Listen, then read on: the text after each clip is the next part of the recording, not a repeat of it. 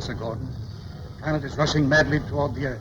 Soon the Earth will be smashed to atoms. The whole world's in a state of frenzy. Behind this dastardly plot is Ming the Merciless. Mankind's only hope for survival are the Brand New Heavies. But will even they be enough this time? At the time, we'd made one record in the UK, and it was on a very small independent label. And then that was heard by an American label who liked it, and they signed us up. And then we had a hit in America, which woke up the UK, which is when we did this album 30 years ago.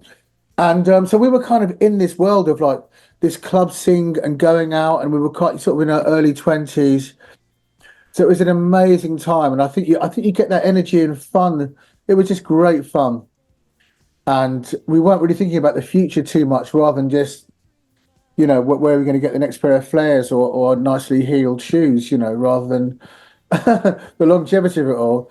But of course, it's fantastic. And I think, you know, when you have a band that it works together and struggles together and lives together, that comes out in the music too. And you get more of a longevity with that. Because I think it comes out in the music. Because London Records put their greatest hits out and they're re-releasing the albums, because they're digitizing all their catalogs. They were like 12 inches on vinyl that had never been on the internet digitized, you know, which is amazing. And then we decided to do a gig with an orchestra to promote that. So the Barbican, the Royal Festival. Next year we're playing at the Royal Albert Hall on the 12th of March.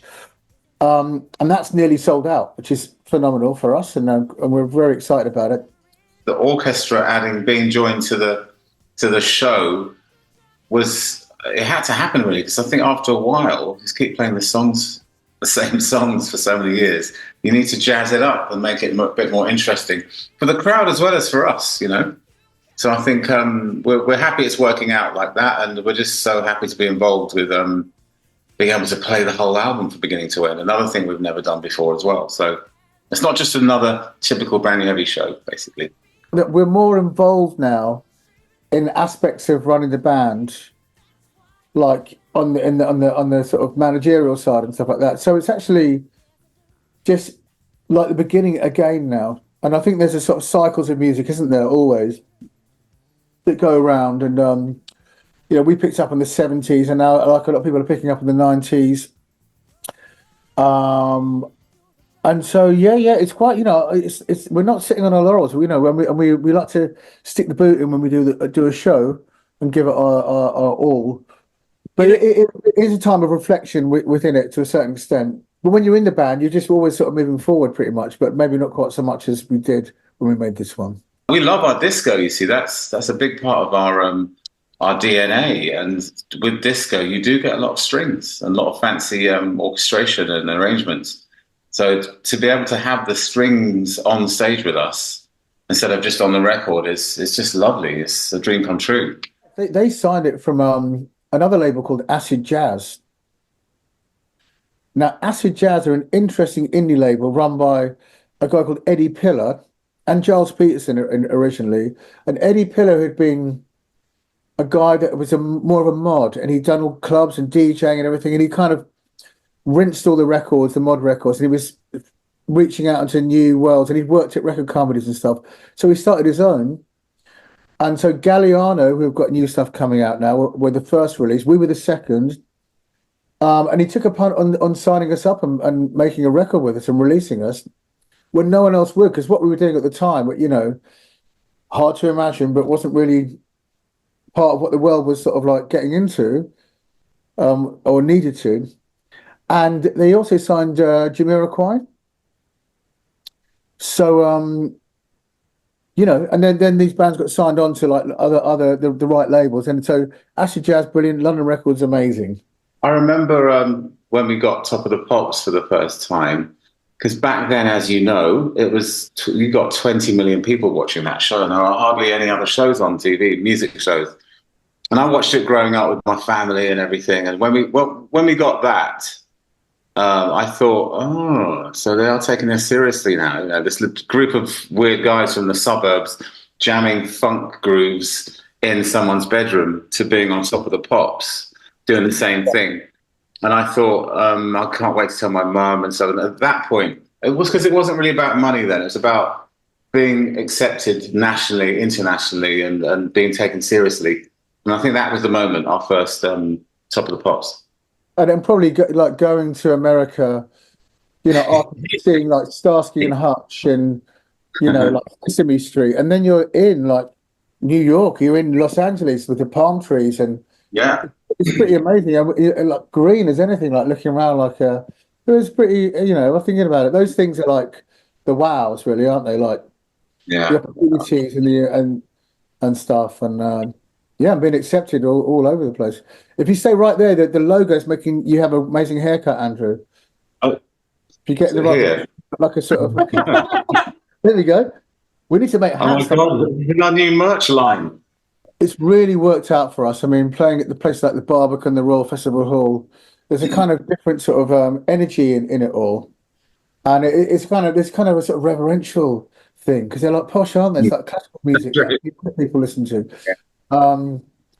But it's a beautiful thing, and we played at the Albert Hall before without an orchestra, but to be doing it for 24-piece orchestra, and the tickets are only, it's insane. I don't know how we're going to pay them. Just a quick background. A lot of bands that play that type of music back in the day, they were really obsessed with playing, just learning everyone else's songs and doing lots of covers in their set. But we were really into using the genre, but working out new songs. We've always been into writing new stuff rather than just playing covers. So when we got asked to do a cover, we thought, let's not do anything obvious. Let's pull something really weird out and change it and functify it basically into the Brand New Heavy sound. And that's how Midnight at the Oasis came about, you know. You know, we started jamming in a bedroom, and then we met some people and we did a gig in a club. That was probably one of the most monumental moments as well, you know, just doing that first gig, like, you know. So then we did another gig, then you start doing more gigs, and you get an independent label and then another label. So as you say, you're kind of inside it all. And people do ask that question, did you suddenly feel like you made it? I don't actually clearly remember thinking that, because it all happened sort of like step by step with smaller TV shows and then national daytime TV. So it's a bit of a sort of a, you know, like that. Yeah, because like Andrew says, we took something that was not all, you know, people do a cover sometimes and they just copy it verbatim, and that's like kind of pointless in a way. You might as well listen to the original to a certain yeah. So we sort of like, if you listen to the original, it's not really funky or dancey or anything like that at all. It's got some great guitaring in it. Eric Gale, he's better than me.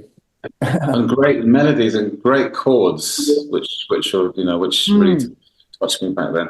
You know, I'm not a massive fan of the whole reissue and remastering, but there is a generation of people out there that maybe have lost a copy of their CD, or they just want to have a tangible, you know, something to touch that reminds them of the happy days in the 90s and stuff.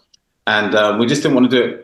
We didn't want to just knock out another version of the album. So we dug deep, very deeply, and found songs that were never released, remixes that were never released, and tried to make a really good, honest, you know, package, honest product for our fans. Yeah, and London Records have made a really really nice the quality cardboard, and it's really beautiful.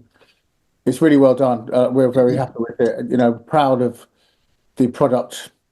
It's not like, you know what I mean? Like, you know, it's not that sort of super thin vinyl that wobbles around. We did Cardiff last year. I think it was a strange venue, but we often go to Wales.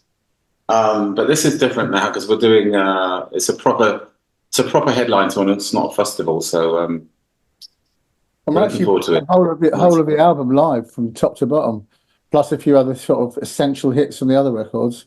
So that's a first for us. So we're playing music we've never played live before. So it's going to be an amazing experience for us if we can remember it all.